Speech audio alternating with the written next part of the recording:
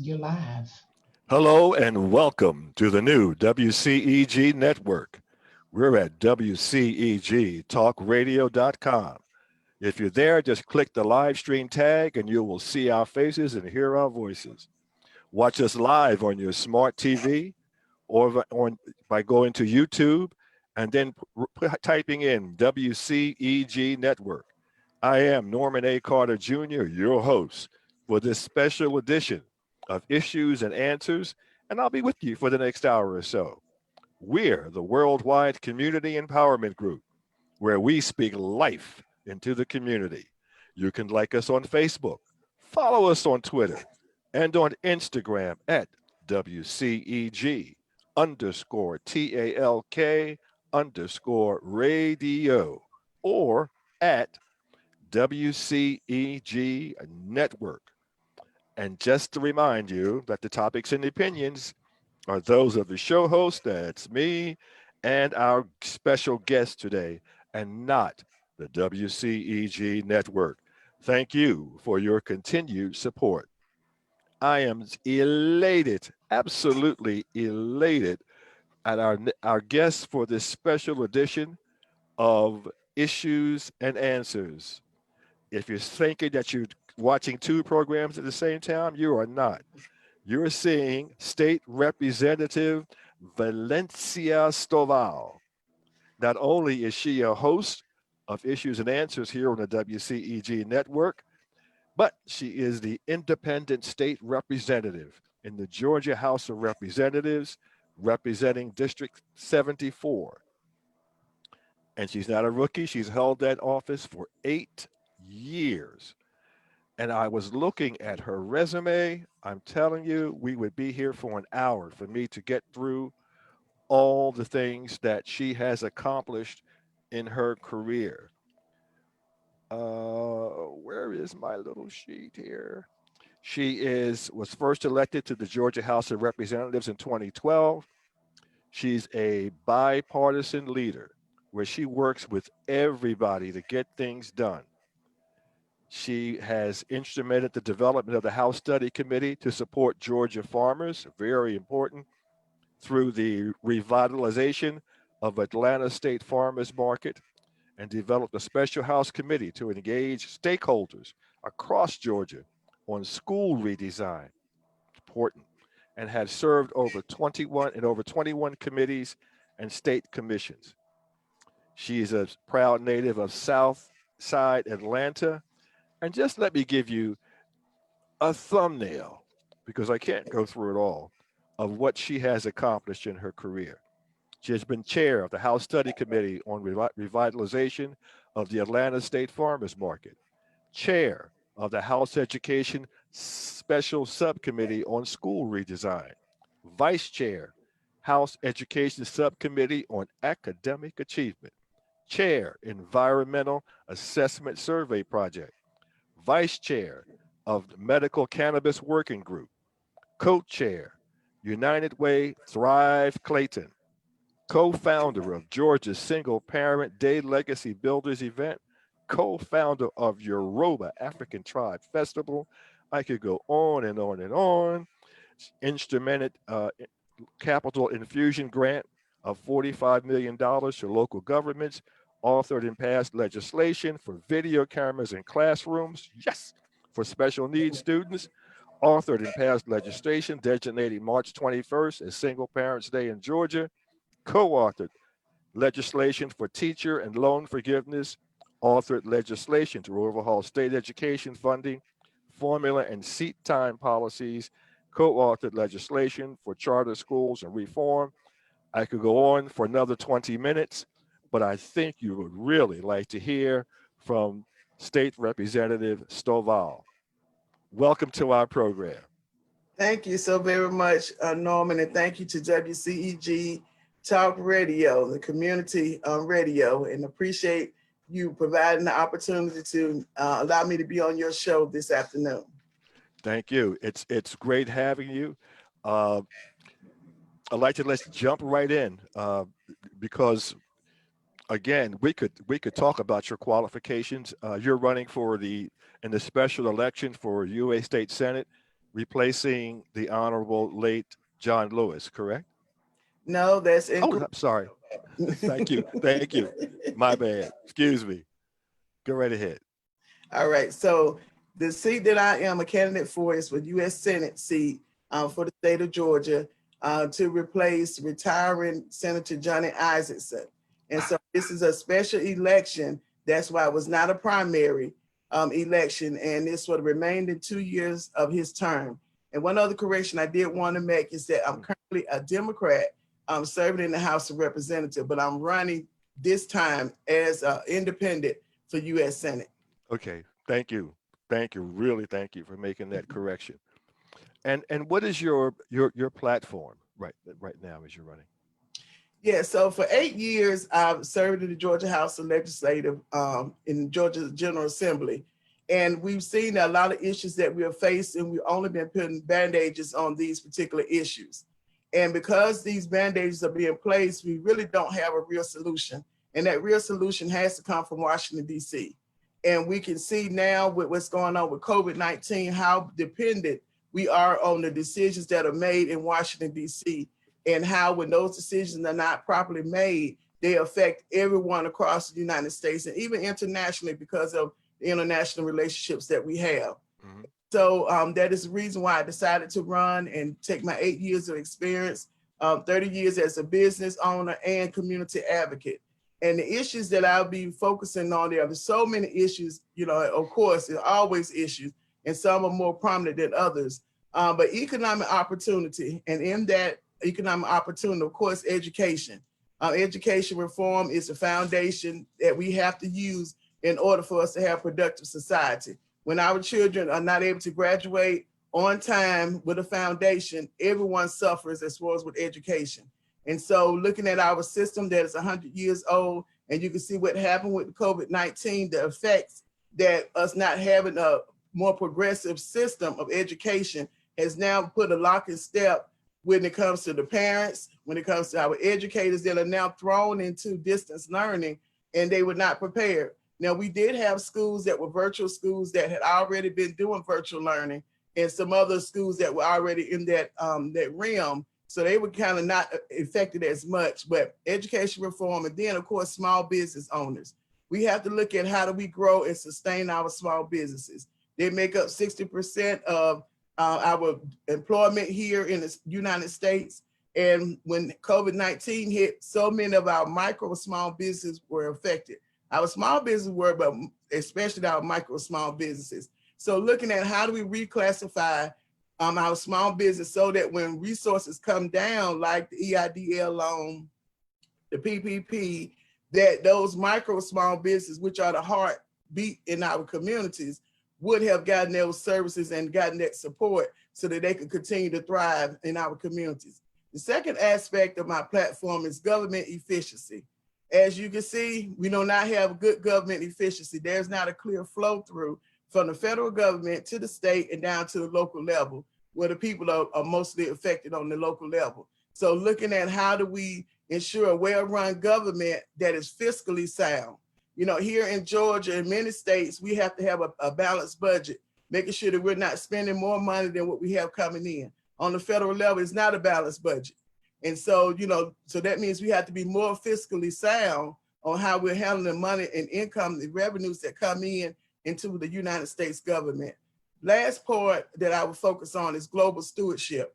We cannot be Georgia by ourselves, and we can definitely not be America by ourselves. We do not have all the resources here on in our country that we have to have international relationships, not just for trade, but also for cultural diversity and understanding and peace that needs to happen across the world. And so modernizing our global trade programs and sustainable environmental practices would also be at the top of my list. And of course, you can't leave out healthcare and even infrastructure and our justice system.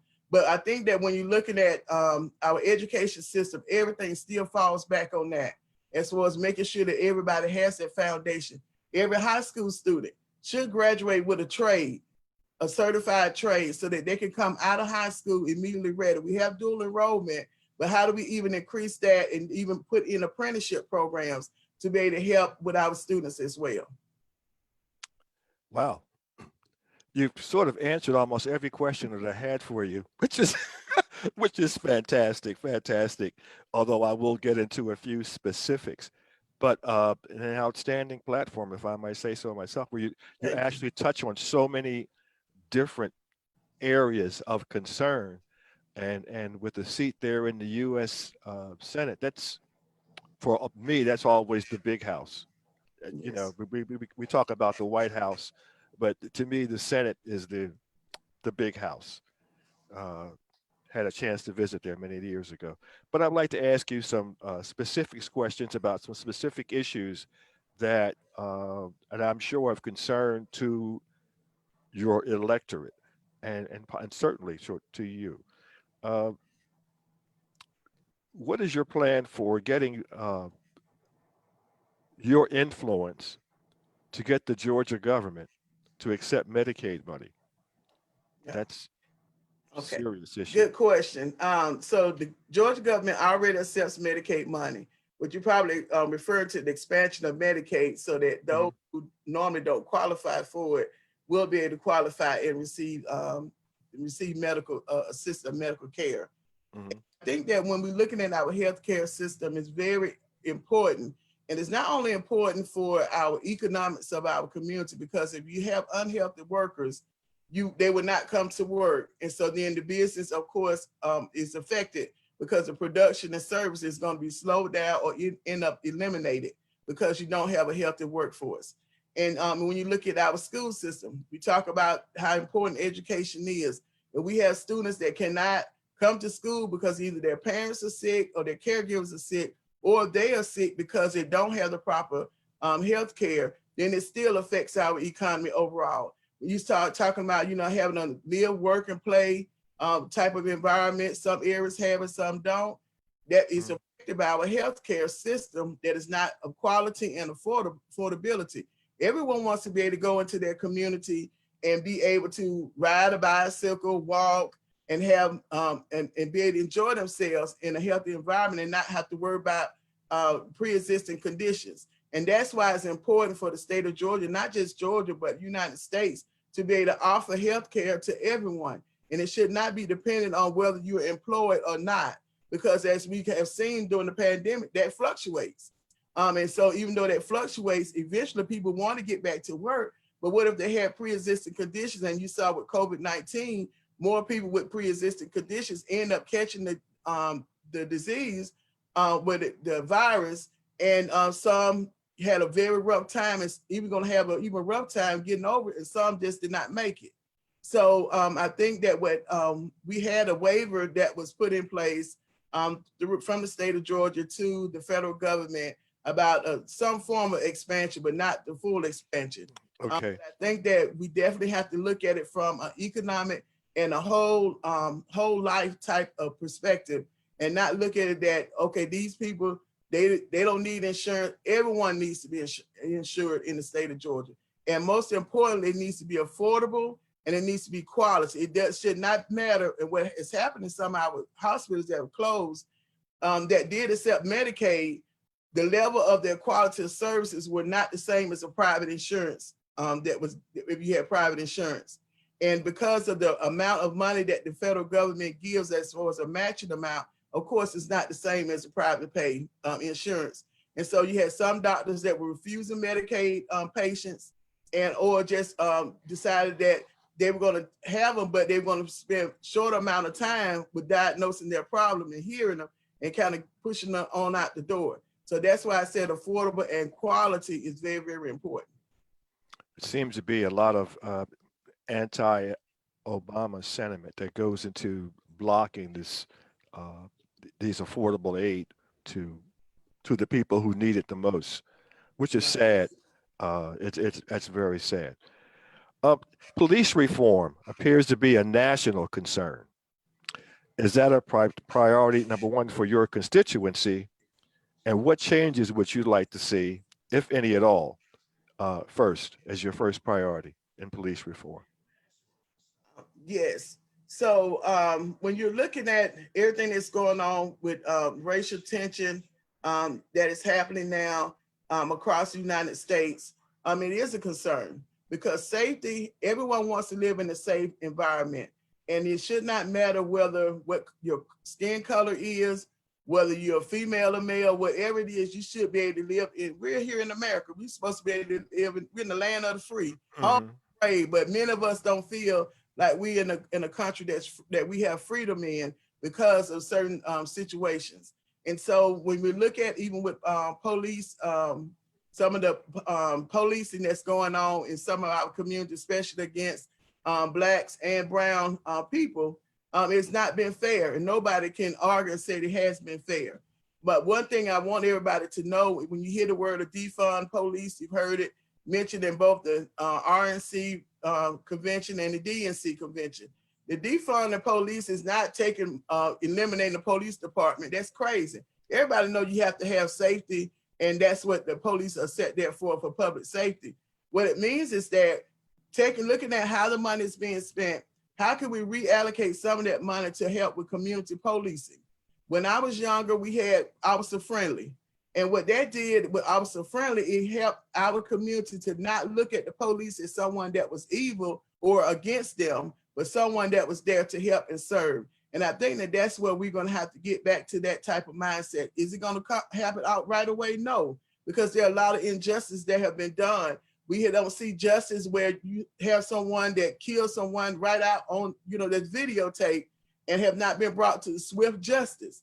You have what happened in Wisconsin most recently, where a man was walking to his car unarmed and the police shoot him, and now he's paralyzed, and they even had him handcuffed in the bed in the hospital. So, and then what happens is you have one segment of people that'll go and dig up the criminal part of all these individuals. Oh, they had a warrant. There are places and ways to handle everything.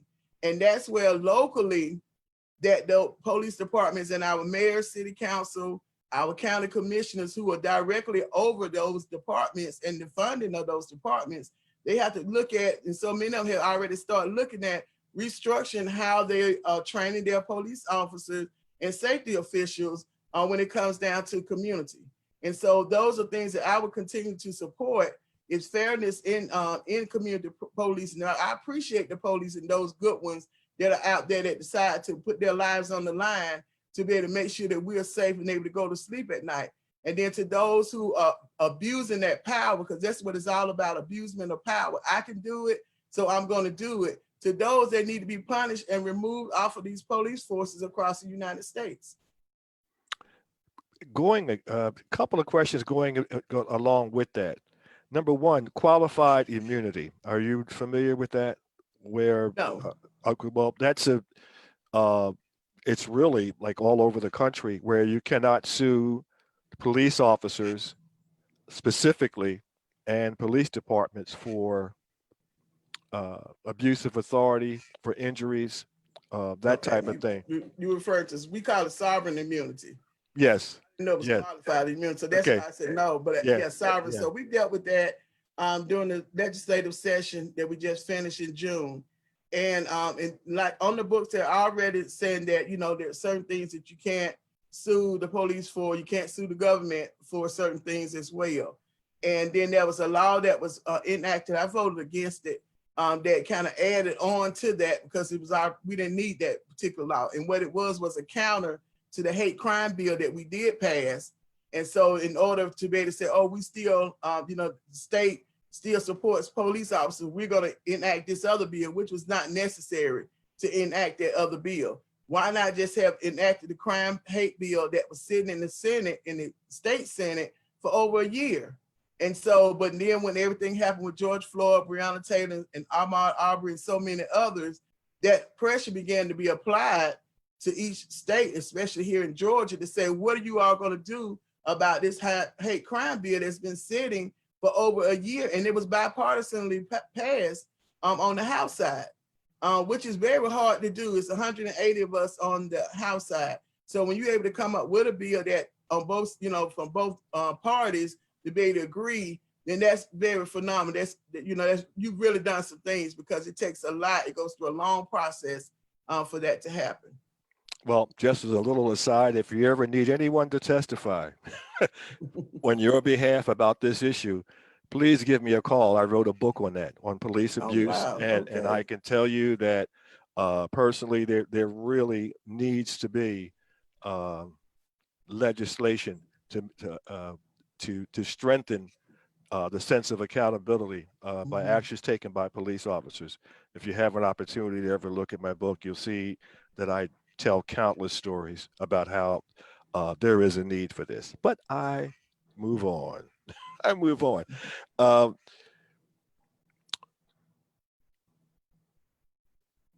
what is the one issue that would cause you to vote to shut down the government if there was ever an issue that would come up in the Senate? That's happened several times in the past few years. Are there any something where you just support so strongly that uh, you are unmovable? I would say fairness and justice, you know, just like we are dealing with the pandemic now. Mhm. And when we have the House and the Senate both end up going on recess, and then there was no compromise that was made for the money that need to come down for the CARES Act. And now you have people that are being evicted. You have people that are being having foreclosure, and you also have people that have not been able to pay their utility bills.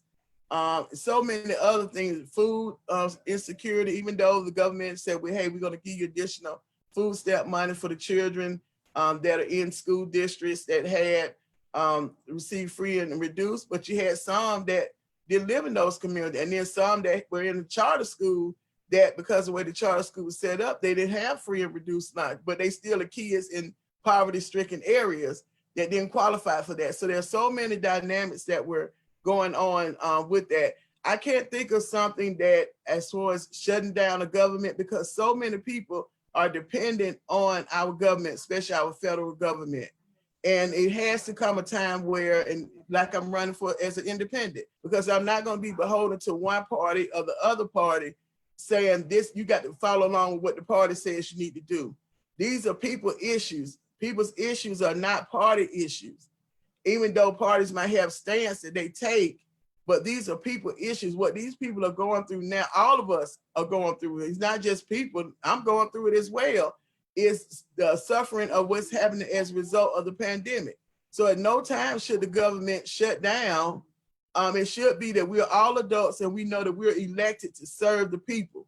And when you're elected to serve the people, you have to take strong stands, but you have to compromise as well. You might not get all what you want to happen. Even with the $45 million I was able to bring to Clayton County, there were compromises that had to be made in order for me to get that. But I knew the most important part for me as a representative representing Clayton County was the loss of that jet fuel tax and how much tax increase that the residents and the business were going to be facing to come up with that deficit of $45 million. So I don't think it's a time where a government should be shut down, because so much is dependent on that engine. It's a major engine. And you might have some other parts that mess up, but that engine has to keep running. And that's our federal, state, and local governments.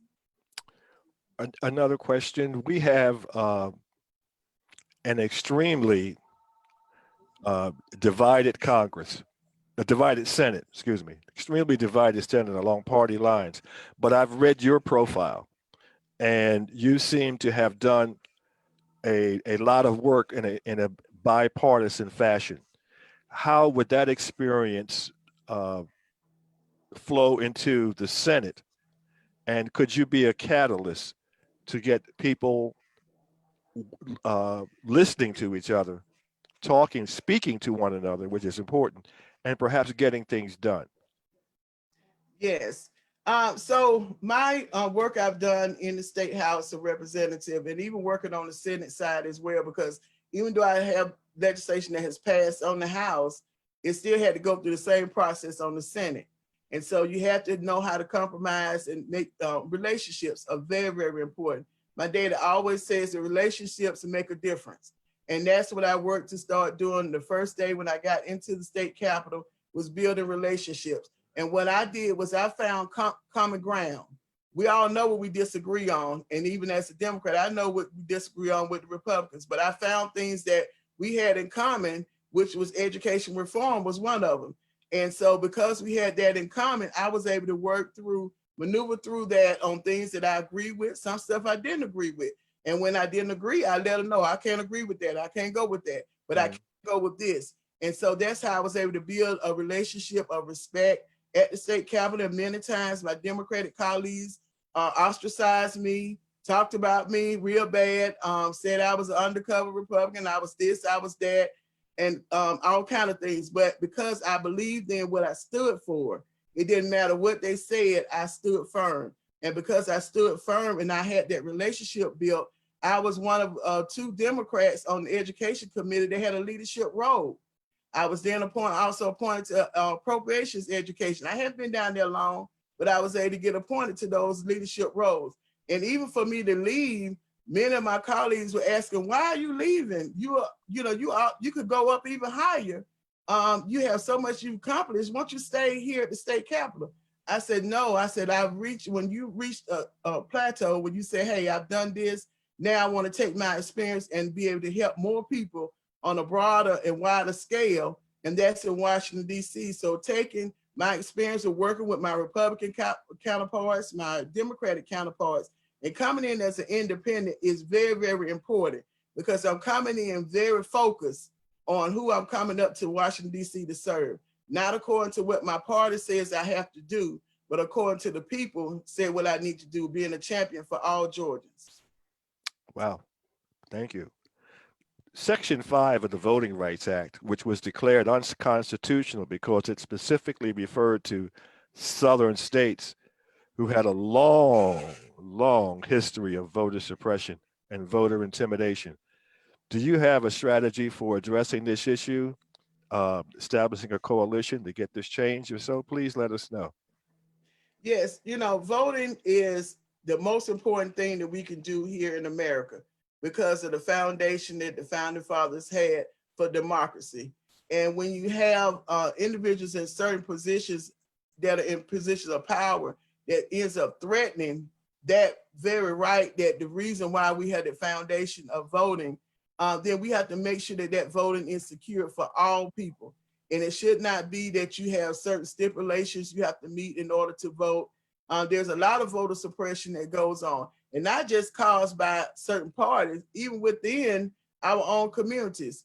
When you look at our polling locations, sometimes they're not as efficient or easy to get to as they should.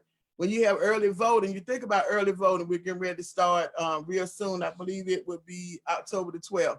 We'll start early and advanced voting. Now, it's something else amazing to me how you can go and do early voting. It doesn't matter what precinct you're registered at. You just go into those certain precincts that's set up, and it doesn't matter. You vote as long as you're going in that county.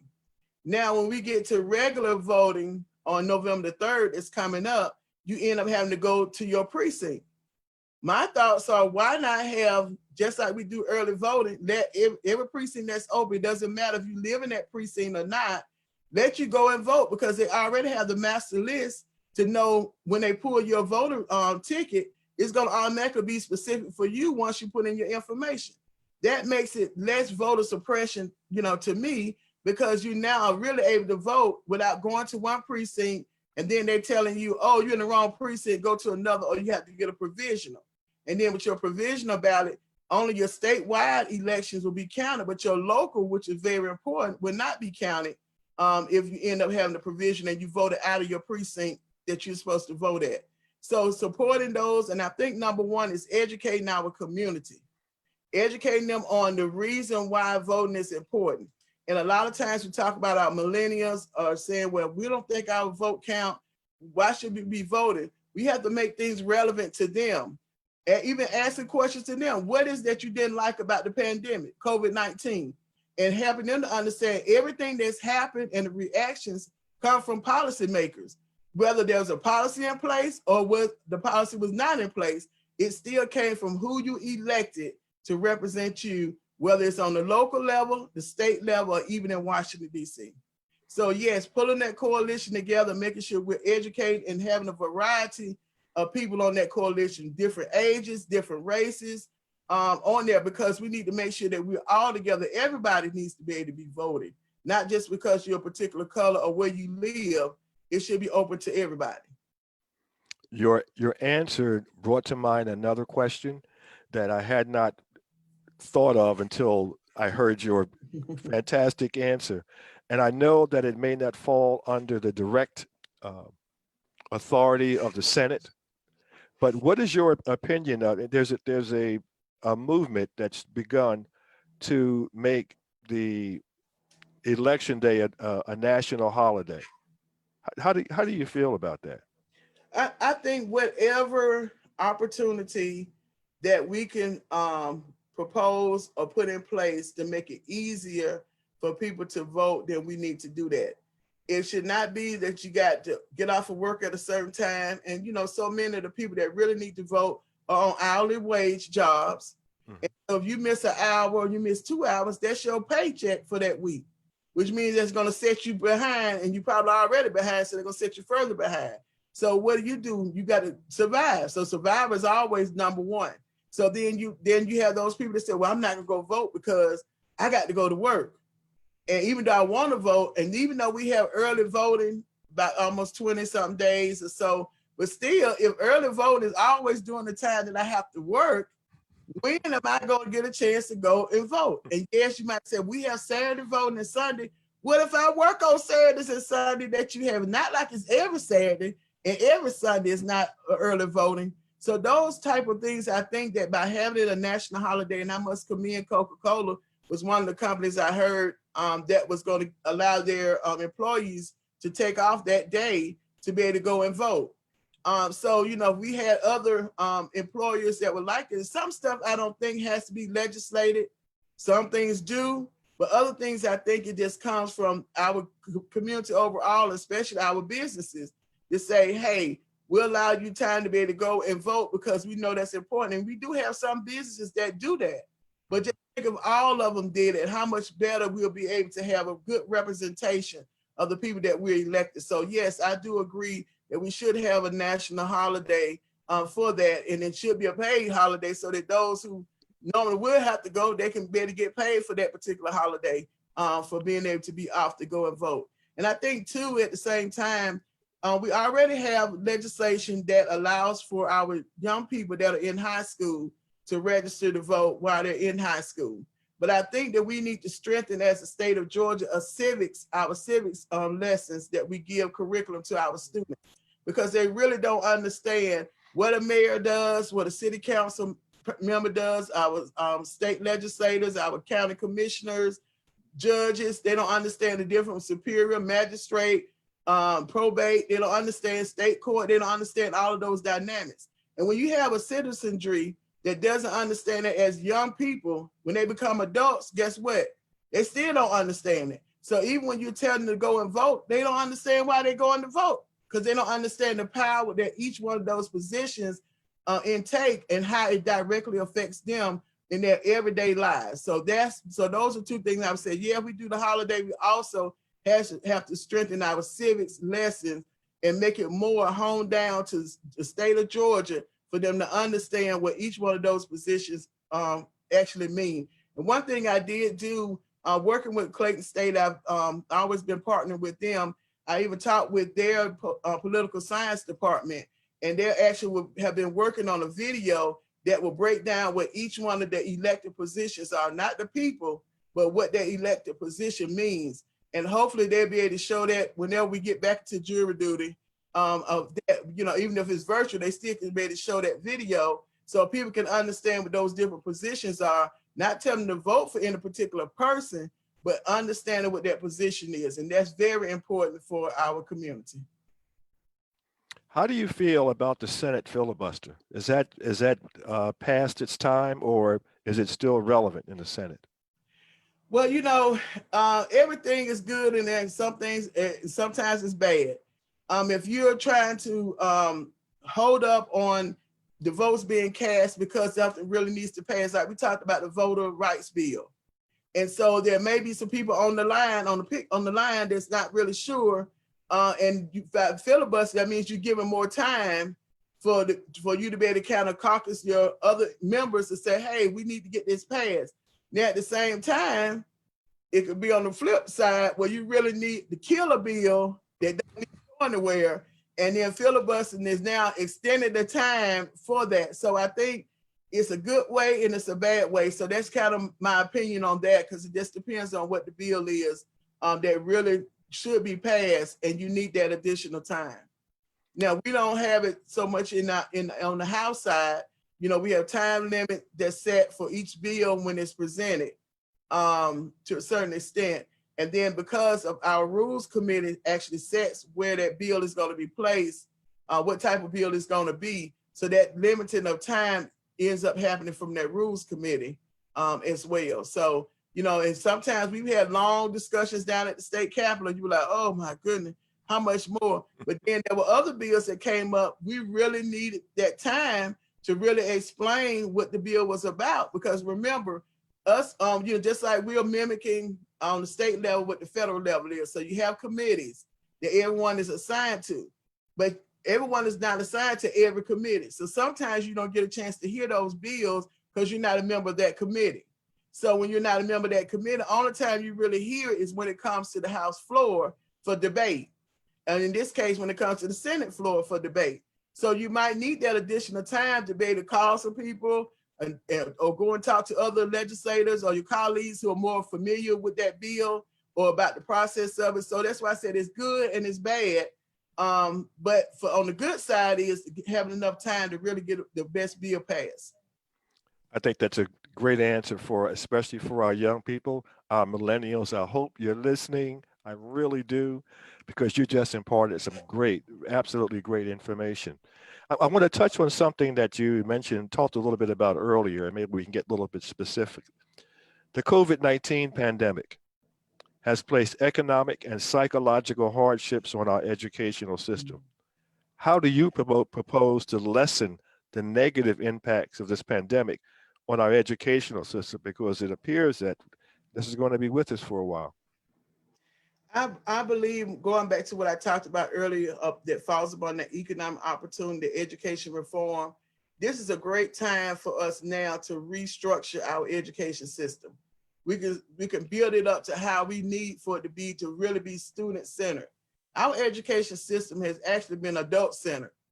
When you look at some students get certain support and others don't, it's not student-centered. Even our formula here in the state of Georgia is not student-centered. And there have been many attempts to reform or change that student formula. And as we've seen what happened with COVID-19, we have to go ahead, our state legislature is gonna have to buckle down and go ahead and change that formula. Because what that formula needs to change is that, so that when you have students that now we're doing distant learning, you have so many special needs students that are not getting all the services they need. And they might need additional services that were never thought of because they were always in person. And now that it's virtual, you have more, I think more things that are burdens on teachers now, because they're having to keep attention to all 30 or 20 students online. Whereas when they were in person, they could actually maybe go over and touch that student or something. Now they can't, and we're having in the teaching environment they don't have control over. They don't have 100% control because it's depending on what the parents are doing on the back end as to how much the children are going to be learning. So I think that being able to look at even forming that committee to be able to say, how do we need to change our delivery of our education system moving forward? We know the first thing we have to tackle is that student formula, because everything is based on that money. And then how do we look at a system where your community, the amount of money your school system get is not based on your property taxes? Because you have a lot of areas that don't collect high property taxes. Even though we have the equalization grant that we give out to the state, it's still not totally equaling out and making a level playing level for schools that are in lower income areas versus those that are in more high affluent areas. They're never at the same level when it comes to spending.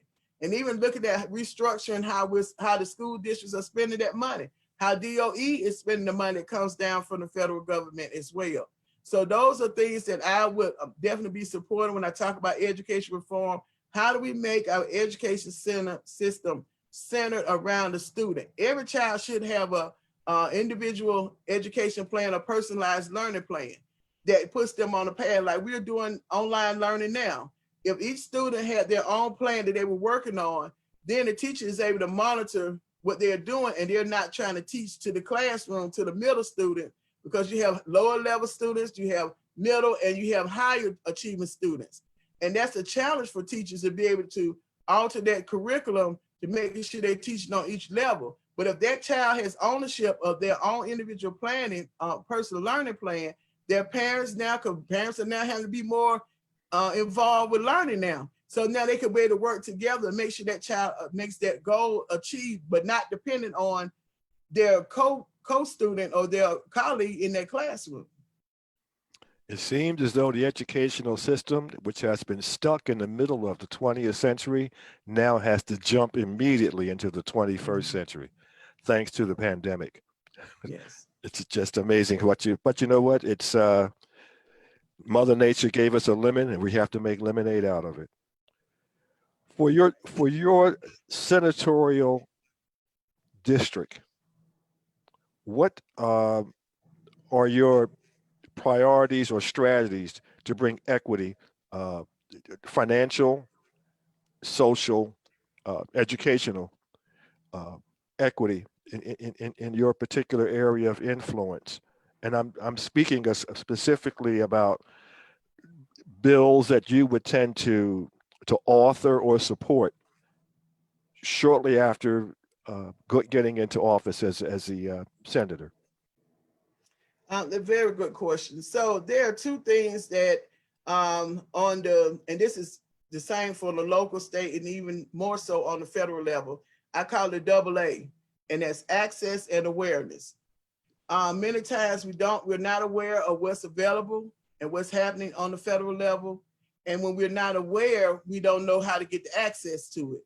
So starting off, once elected and sworn in, that's my number one priority, is finding out what is available on the federal level, what we've been missing out on the state level, and even on the local level. And then also being able to be more accessible to the people across the state. So being able to open up those offices so that the people can be able to get in touch with my staff here in Georgia, and being able to connect with them in Washington, D.C. are very important.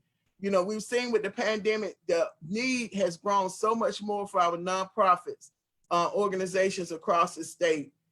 They've, been overburdened on services that they need to provide.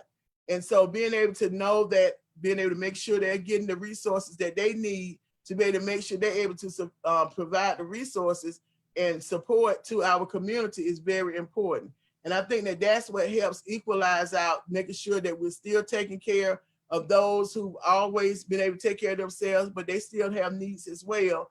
And then making sure that those that have not had the access before now have the access. And if that's something they're interested in, that we're able to provide that for them. Whether it's healthcare, whether it's an economic development, whether someone wants to start a small business, which is an opportune time now, because there's so many, ways that we need to find a solution. And that's what small business owners come in at. Whether it's someone wants to improve on job training, which is a whole nother area, because you have a whole facet of people that were in the restaurant business that now we're going to have to look at for new business. A lot of restaurants are not opening back up, but those particular people have certain skill sets that they have accumulated over the years. So it's our job as elected officials to make sure we're utilizing our federal agencies and our state agencies to make sure that we'll be able to get those people back into the workforce based on what is now going to be the new norm for so many that might not even thought about that. So those are some of my basic plans for making sure that I'm servicing all of Georgia. And so as a U.S. Senator, there are only 2 U.S. Senators from each state, a total of 100 people that represent the whole entire United States of Georgia. And when elected, I will be the first independent to be elected, the first Black woman to be elected, the first woman to be elected, and the first Black to be elected. So it's so much going on on that historical framework as far as when I get there, knowing that I'm elected for the people and by the people. Somehow I think that you are reading my mind and getting into my next question. Because my next question to you, and you can expound on it if you like, uh, what separates you from the competition, from your competition? Well, number one, I'm the only state elected official in this race. That means I'm current when it comes down to issues that Georgia is facing. And that's who I'm going to Washington, D.C. to represent. I also am the one that has been able to work bipartisan and been effective in my bipartisan work for bringing resources back, not just to the community I serve, but also being able to help the entire state of Georgia through all the many works that I've done. And so when you look at having the experience that's needed, because it's a extended of 2-year term, remainder of the 2-year term, and so much is going on with this pandemic, you have to have someone that's ready to hit the ground running, that understands how policies are shaped and understand the importance of relationships, which are very, very important when you're on a national level, and be willing to make sure that I'm accessible to the people. And so only thing I'll be doing is taking what I've already done for 8 years and even 30 in business and community and elevating it and moving it up to another level in Washington, D.C. So just like they said, your behavior is something that you look at, how someone behaves where they are, is they're going to be mimicking how they're going to behave when they get to Washington, D.C. So I've done the work here on the state level, and I would do the same when it gets to the federal level. Fantastic. I'd just like to remind our listeners and watchers that you are listening to the WCEG Network on WCEGTalkRadio.com. Click the live tab once you pull that up, or you can watch us on your smart TV via YouTube at WCEG Network. Again, my name is Norman A. Carter Jr., your host for Issues and Answers. Our special guest today, the illustrious State Representative Valencia Stovall, who is running for in a special election as an independent for a United States Senate seat of Georgia. Taxes, I know that doesn't fall directly into what you do. But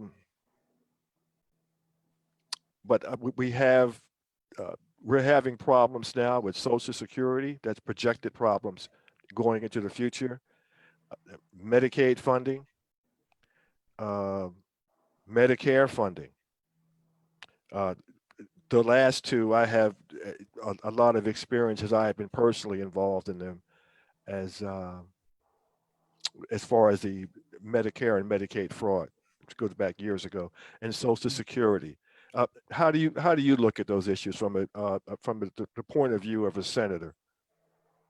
Well, when you talk about Medicaid and Medicare, which comes from the federal government, those regulations and rules that the state has to follow comes from the federal government. That goes back to what I talked about earlier, and that the band-aids we've been putting on issues, but the real solution has to come from Washington, D.C. I have a father who's 80 years old, and many of his two sisters still fall in that category of senior adults, and many of his friends as well, aunts and uncles and cousins. And so when you talk about making sure that there's Medicaid and Medicare health insurance that's available to them, that's very, very important. When it comes down to even with something as simple as food stamps, which they were only getting $16 a month when you think about a senior citizen. And then you have able bodies that are getting $700 to $800 a month. Now with the pandemic, they end up increasing to I think 150 or something like that. And why can't it stay there, knowing that they're the most fragile of all of our constituency base, as well as making sure that they have access to good health care and also food security, not insecurity, but food security, and making sure that they have everything they need, having a place today to go that's active for them, whether it's a center or whatever it is, so that they can have good quality of life. So when you talk about those taxes, and of course, the money didn't just fall out the sky for the CARES Act and all the money that's been sent down to the different states and even to the local government somebody's going to have to pay that money back. And so that is a debt that we're going to be looking at moving forward. That's why it's important when I talked about earlier about the economy, making sure that those individuals that were once working are now able to get reacclimated back into the economic system. But, of course, in a safe manner, not rushing back like we've done for the past couple of months, trying to open back up a state of Georgia when so much we were still having cases, positive cases, because now we reverted back, that we started almost back at square one, trying to make sure people are tested, they're social distancing, they're quarantined. So you can't move the economy forward. But that's what is going to have to happen. We're going to have a stable economy, and that comes from job creations, and also comes from small business owners, because they're the ones going to pay the taxes. If you have property that you own locally, that's your property taxes that you're paying. As a business, you're paying local property taxes as well. And then on the federal level, you have your income tax that's going to be paid to help sustain our economy nationally. But if you're not working and have an income to come in, it's no way that you can be able to pay those taxes that are due. And so I think that making sure that we do keep a keen eye on our senior adults is very, very important. And yes, they may have it may be costing a lot medically, but that goes back to what I talked about, quality and affordable health care for them as well. Well, State Representative Stovall, State Senator, I'm sure are hundreds of people who are listening to this program who really want to know how to contact you, how to support your campaign. Do you have any information you can provide them at this moment to how they can do that? Yes, thank you again, WCEG Talk Radio and Norman, for this opportunity. I can be reached at gostovall.com. If you look on the back, I have my sign right behind me, but it's GOSTOVALL.com. I'm on all social media platforms at Valencia Stovall. Every Friday, I do a Talking Stovall Facebook Live program, and we talk about different issues, kind of like what we discussed here. They're broken down into different segments. Last week, we talked to small business owners from different segments of the industry to talk about how COVID affected them. We talked with senior adults. So we try to stay with the campaign, stay in the know, and keeping everybody informed. So I definitely invite you all to go to my website. And if you want to make a donation, of course, we definitely need your donation. We need to get the word out about this campaign. Everybody still don't know. Remember, it's a statewide campaign. So everyone who's a voter in Georgia can vote for Stovall. So when you're looking at that ballot, you just look for Stovall, that's all. And you can vote for everybody else after you get down to the second US Senate part. But make sure you're looking for Stovall, that's all. But go to my website at gostovall.com. You can find information about me that's on there. I thought that, and a disclaimer that, yes, Ms. Stovall is a host here on the WCEG Network, Issues and Answers. But I was just so impressed with your interview. I believe it was a senior center or some seniors recently. Yeah, with my dad. That was a fun interview. Yeah, very well done. Very well done. Thank you. At this moment, is there a closing statement that you would like to make? We wholeheartedly support what you're doing and what you're trying to do, and all the effort you've put into not just being a host here on the WCEG network, but also when I look at your experience level and all that you've done, both while during your career as a state representative, but before, in addition, I wonder what free time what do you do in your free time? Well, I don't know if it's called free time, but I read a lot. Okay. Watch movies to relax, because it's a lot. Being a public servant, you do give a lot of yourself, a lot of sacrifice from your own personal time.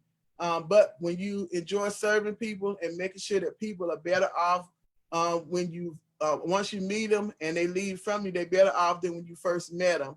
And that's always been my goal. And even as a family, mother and father, always taught us to, treat everybody right and do what you can to be able to help. And that's what I plan on doing as a U.S. Senate. Not going there as just a regular elected person, but going with a purpose in mind, which is the same thing I did as a state representative. I started off with a purpose in mind to make sure that my community was better off when I left than when I first found the community. And that's what I plan on doing on the Senate area and in that Senate seat. So we need your vote. We cannot make it to the U.S. Senate without your vote. Do not stay at home. This is a very, very important election year of 2020 that's going to decide what's going to happen to you come January 2021 and beyond. And so you want someone who's going to be there to fight for you, that's not afraid to fight and stand up for what's right. And so go to my website, gostovall.com, and make sure that you're voting. Early voting starts on October the 12th. And if you're going to vote absentee ballot, making sure that you go ahead and request your ballot. You have to put in your application, and it's done by your particular county. And they're early in advance voting, like I said, October the 12th. So go and vote early. Don't wait to November the 3rd and have to wait in long lines when you don't have to. And even if you have your absentee ballot and you don't want to mail it off because you think it might not make it, all the counties have what's called drop boxes. So you could go and just drop it in the box, and then you're finished with your voting. You don't have to go in and interact with anybody. But if you just want to go in and vote, that's okay too. Just make sure you go during the early vote time. Do not wait till November the 3rd to go. Go and vote early and vote Stovall. That's all. And we shall. And one thing I'd like to add is that for those of you who are voting absentee ballot, very, very important to be very, very careful when you fill that ballot out. As far as writing your name and any other requested information, be sure you sign it. Be sure you sign it. They will throw your ballot away if it's not filled out completely and filled out correctly. The same is true for even if you're going to vote in person. There are still some forces at hand that if you have a name like mine, and it's Norman A. Carter Jr., and you just happen to sign it Norman A. Carter, that might, or vice versa, that might be the cause for someone to challenge your right to vote. Mhm. So be very careful, be very, very specific about absentee ballots and about voter registration. We just had an earlier program about registering to vote. Please do not wait until the last minute. Check now. You can go to voter.org or My Voter Page Georgia to check to see if your registration is valid. I invite all of you to do that today, if not tomorrow. Don't wait until next week or the week after. You'll forget and then it'll be too late. So it's important that you get these things done so that we can support fine candidates like Miss Valencia Stovall. Stovall, that's all. That's all. It's Remember, October the voter registration deadline is October the 5th. So if you want to vote in this election on November the 3rd to get me elected, you have to register by October the 5th. If you're not registered by October the 5th, you will not be participating in the November the 3rd election. So you still have time. We haven't even got into September, but don't procrastinate. Make sure that you go ahead and register. And remember, early and advanced voting starts October the 12th. The different polls locations will end up being open. Not all of them, but they'll have main ones. Check with your county elections office so you'll know where to go. And as I always remind my folks, the last program, and I'll do it every week, every time you see me on the air now, 2016, 43 million people did not vote. 43 million people came up with some type of excuse. Don't be among those people this time. This election is very, very, very, very important, particularly here for Senate representation. Extremely important, especially if you've been paying attention to the news and see what's been happening in the US Senate for the past 4 years. So Miss Valencia Stovall, I thank you so very, very much. You've been very, very informative. Uh, you put forth a great program. We're just happy to have you as a member of our family here at WCEG. And Thank you. come January 1 or whenever that starts, we hope that you'll be still staying with us, being informative on the WCEG network. Of Uh, course. keeping us informed and abreast of what's going there on there in DC. So we thank you for very much. We thank you all for being a listener and participating in our program. Those of you who are listening live, I encourage you to tell your friends that they can watch a repeat of this program with all its information via YouTube at any time that they would like after this program ends. So thank you all for being a part of this program. Again, thank you, Ms. Stovall. We wish you the best of luck here Thank you. in and God's blessings here coming up in the election on November 3rd. Remember, register to vote. Be sure you're registered. And then after that, please, please, please vote. Your life depends on it. Thank you very much. Thank you for being a part of our program here on the WCEG network. Remember, it's nice to be important, but it's more important to be nice. Take care. Bye bye.